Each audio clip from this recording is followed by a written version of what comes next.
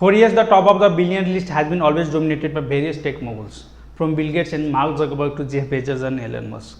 On May 24, 2021, though, the CEO of LVMH, Bernard Arnault, dethroned all the tech moguls and became the wealthiest person globally with a net worth of over $190 billion.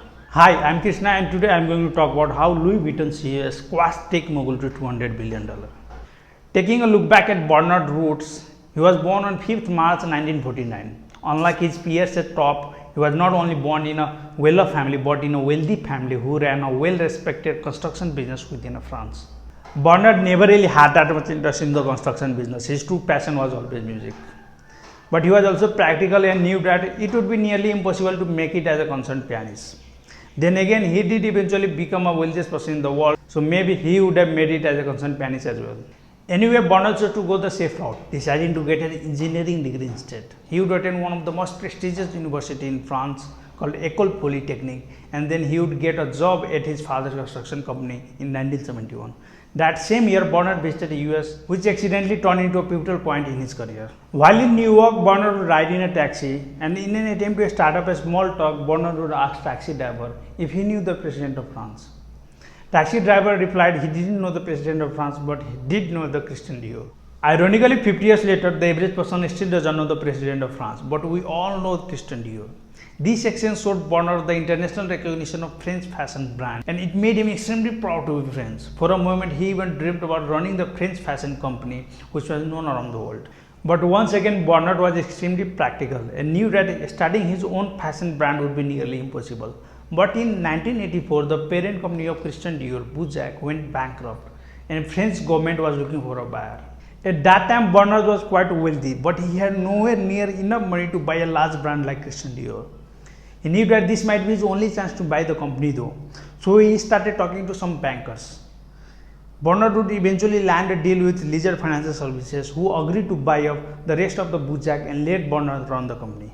As soon as the acquisition got through, Bernard got to work. And as we previously discussed, Bernard was extremely practical, and this required him to make some ruthless decisions. Bernard didn't really care about Bouzac. The only reason he bought the company was to acquire Christian Dior. So his first order of business was to revive other companies owned by Bouzac and sell them. One of the most iconic names given to Bernard by the media was the wolf in a cashmere coat. But Bernard would just continue on his path though, and his next move was to complete his Christian Dior acquisition. He already bought most of the brand when he bought Bouzac, but the perfume division of Christian Dior had been previously sold to Louis Vuitton, Moet Hennessy. So Bernard had to buy back the perfume division to complete his acquisition. To accomplish this, Bernard would befriend the leader of Louis Vuitton brand. At the time, the leader of two brands, Louis Vuitton and Moet Hennessy, were significantly falling out. Bernard would side with Louis Vuitton boss to oust the leader of Moet Hennessy and get himself into the company. Eventually, Bernard would turn on Louis Vuitton boss as well and making himself the leader of LVMH. He didn't have any equity in the business though, so building equity would be his next target. Bernard would pour in all the money he made from flipping Bouzac businesses, and he would garner additional funding from Leisure to buy significant stake in LVMH. By 1990, Bernard was able to take control of LVMH. That is quite an achievement from dreaming about running the company to owning it. But Bernard was just getting started on his luxury French empire. Over the next few decades, Bernard simply went on a buying spree, putting up any and every fashion company he could get his hands on. Some of his notable purchases were Celine in 1996, Sephora in 1997, Bulgari in 2011, and Tiffany & Company earlier just here. Today, LVMH owns an impressive 75 different brands, which are divided into 5 sectors. First sector is fashion and leather, which Louis Vuitton dominates. Second sector is perfume and cosmetics, which Christian Dior dominates. The third sector is watches and jewelry, and this sector is dominated by Bulgari.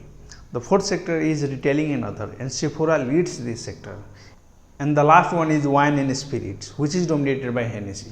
Despite this meteoric success, Bernard has had his share of significant failures, such as his attempt to acquire Gucci in 1999, known as one of the most bitter fights in corporate history. Gucci valued their autonomy though, and they were not looking to be acquired. Throughout 2000, Bernard would attempt similar strategy with Hermes, but he would eventually back away from that acquisition. At the end of the day, though Bernard did have some bad deals, most of his acquisitions have gone on without a hitch. This has allowed him to build LVMH to be the largest fashion company and 18th largest company in the world with a market cap of about $400 billion. With a 46.84% stake in LVMH, Bernard has successfully built a fortune worth just under $200 billion today. What do you guys think of Bernard Vicious series of acquisition? Comment down below and thanks for watching.